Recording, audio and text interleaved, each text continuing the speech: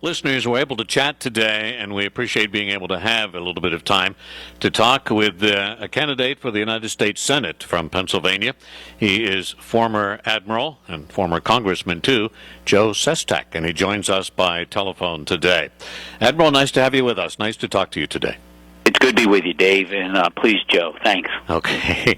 Well, I know that the schedule of a candidate for U.S. Senate is a very busy one, so I'm going to speed on here because there are a couple of issues that I'd like to get your thoughts on as we move into the nuts and bolts of this Senate campaign. First of all, it's health care, the Affordable Care Act, or Obamacare as it's become known. Republicans have made no secret of their desire to repeal this. In fact, they've taken hundreds of votes in the U.S. House. It seems to be a topic that comes up in every one of the Republican presidential debates that we've had so far. Can I get your thoughts on it, Joe? And if you think it's worth saving, what you would do to improve it? Absolutely. Look, you may remember, Dave, that I got into politics only because 31 years in the Navy. I got married late. And I had my first and only child, and at 4 years old, she was struck with a malignant brain tumor. Given 3 to 9 months to live after the first brain operation, I got out. We took care of her. And because of the health care plan we had in the military, she's now 14, going on 22. I then ran for what eventually became the Affordable Care Act, where everyone had the same opportunity I did. Now, if you stop it, as Senator Toomey wants to, it means next year Medicare would begin to run out of money, because it was going to run out of money beginning in 2017, but we kept it solvent in the Affordable Care Act to 2030. People tend to forget that. Also, our seniors have been getting back approximately $1,800 in reduced prices in their pharmaceuticals because we closed that infamous donut hole where they had to shell out $3,000 in Medicare D when they got to that donut hole, and we closed that for them. You know, the other point is this. If you stop it, it's going to add $350 billion to our debt. And by the way, the average premiums on the Affordable Care Act, they are not only lower than employer-based traditional premiums that you get, but the employer-based premiums have increased twice as much as they have on the Affordable Care Act. And at last, I have to say this. Now, if your child has a pre-existing condition like mine does, or any American, and that's 100 million Americans, the insurance company is now no longer between you and the doctor. They must cover you. So I am a large proponent of it. Does it need to be fixed? There are things in it that are not perfect. One of them is, guess what? Medicare is not allowed to negotiate for best prices like the Veterans Administration can. You can maybe go as a vet like I am and get a pharmaceutical drug for half the price at the VA as Medicare.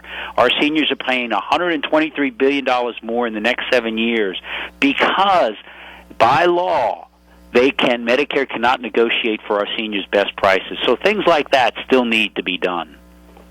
I know you've been talking about on your campaign stops, especially over the last couple of weeks, about strengthening the healthcare system.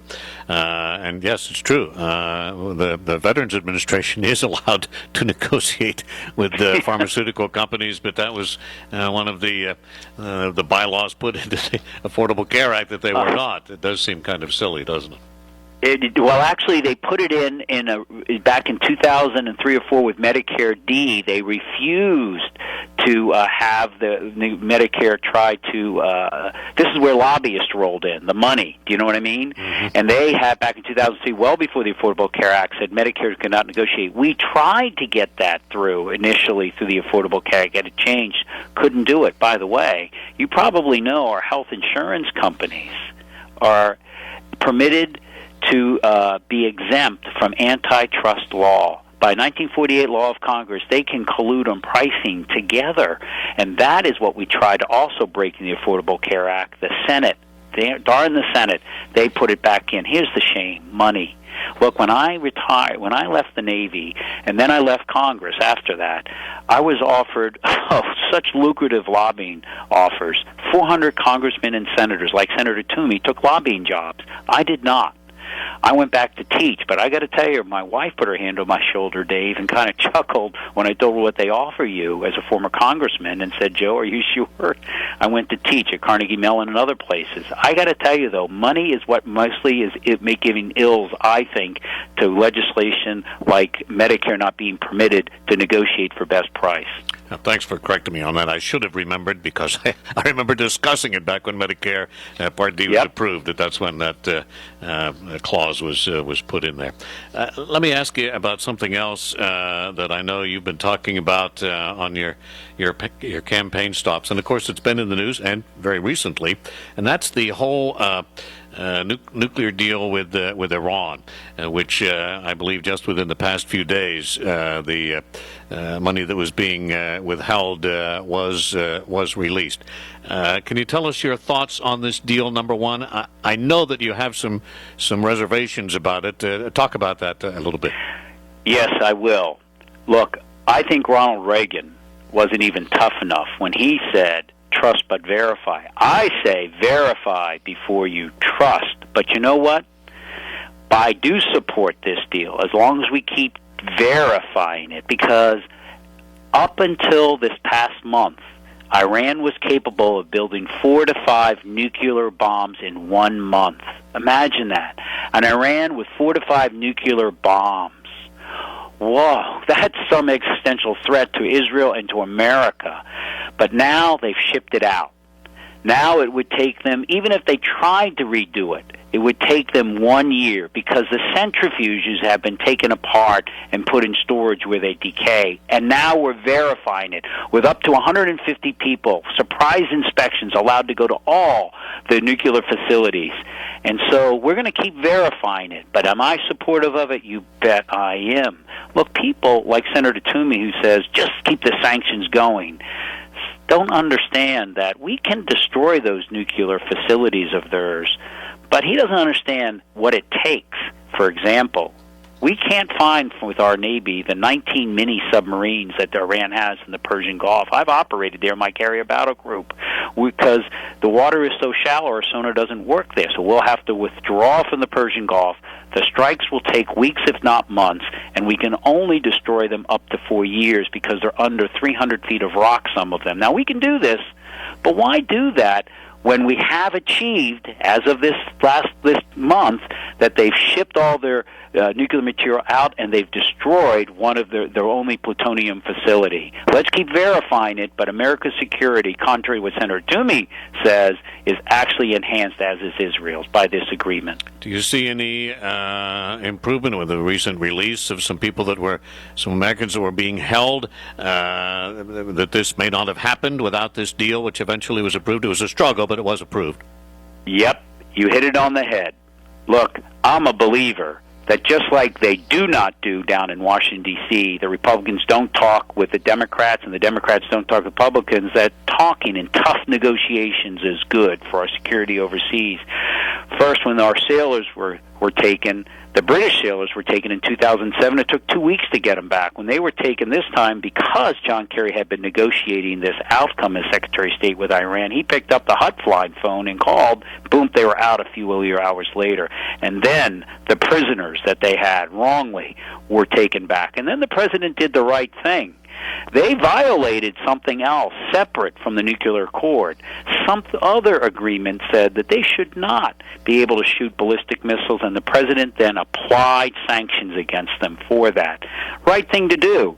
You walk, as Theodore Roosevelt, walk softly, carry a big stick. But that, when you're walking softly, sometimes you can do these negotiations like we did with the Soviet Union under President Reagan, for example, and Nixon, start and SALT talks to reduce their nuclear weapons. In this case, we took it another step and removed their material. pretty good deal for us, but let's verify it every day before we put our men and women into another war in the Middle East. I was struck when I heard a week or so ago with the release of those sailors that we were able to initiate direct conversation, direct negotiations with Iran. First time in years. Without this nuclear deal, we would have had to use a go-between, and who knows how long that would have taken. You hit it on the head. When I was at the Admiral in my carrier battle group there, man, I'll tell you, there were some hot situations that happened every so often. You didn't know if this small boat steaming towards you was a cigarette smuggling boat or not, because hundreds of boats do that.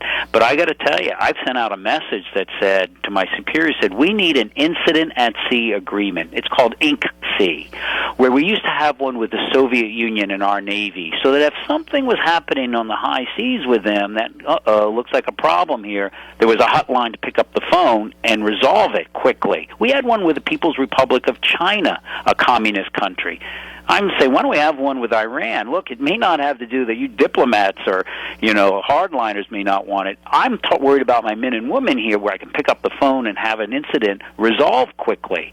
And, they didn't do it, but now we've kind of got one, and John Kerry used it because we've been negotiating with them, and now the prisoners are back.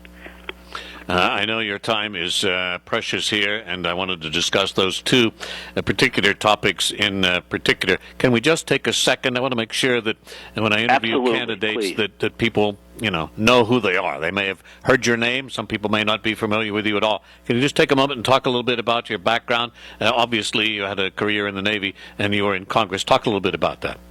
Absolutely. Look, I went off in high school, Vietnam War. I wanted to be in the Navy since I've been third grade because my father was a World War II vet.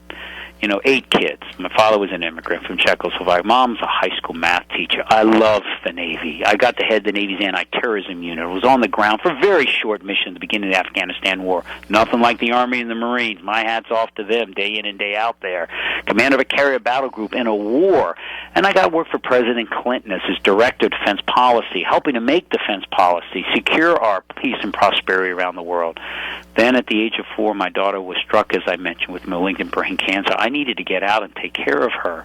My payback tour for the health care plan we had in the military to my country was to pay back by coming to a Republican district where I grew up and running for health care for everybody. National security begins at home. I loved it. But then we took care of our constituents like we took care of our sailors. We kept my office open 7 days a week. I got to Congress just as the recession was happening. 1,000 homes were going into foreclosure in my congressional district. You could come in on Saturday or Sunday to 9 o'clock at night. We helped save about 650 of those homes. And I had 5,000 veterans and seniors come in. We help take care of them in their problems with Medicare and Social Security. And then I was called the most productive congressman in my first 2 years by Steny Hoyer, the majority leader, because we passed we passed 19 pieces of legislation, including Elder Abuse Act, to protect our seniors from those predators who call on seniors and try to get them to the credit cards. I passed the first measure that had autism research done with money, because 1 out of every 75 families today, like in Butler, will have an autistic child born in their family, and we need to do research and stop this epidemic. So those are things I did. And then I was asked to run for Senate. Came so very close after beating Senator Specter. But you know what? I then turned down those lobbying jobs, and I loved going back with our national treasure, this youth of America, and taught Carnegie Mellon, Penn State, Army War College in Carlisle. I just loved it. But then I went back to learn and wrote this book about restoring the American dream, where everyone had the opportunity I did to become whatever you wanted to be, even a 3-star admiral. And we've got to make housing to be affordable. We've got to make sure wages increase. We've got to make sure education is affordable. And I did that down there by cutting the interest rate in half as being on the Education Committee. More is to be done, and that's why I'm running for the U.S. Senate. He is, listeners, Joe Sestak. He is a candidate for the Democratic nomination to run for the U.S. Senate, presumably against incumbent Republican Pat Toomey in November. And if you're just joining us a little bit late, he's a former three-star admiral in the U.S. Navy, former congressman from his district in eastern Pennsylvania, Joe Sestak, visiting with us today. Thank you, Joe. Thanks for talking with us today. Thanks for having me back, Dave. Have a great day and a great week coming up. Bye-bye.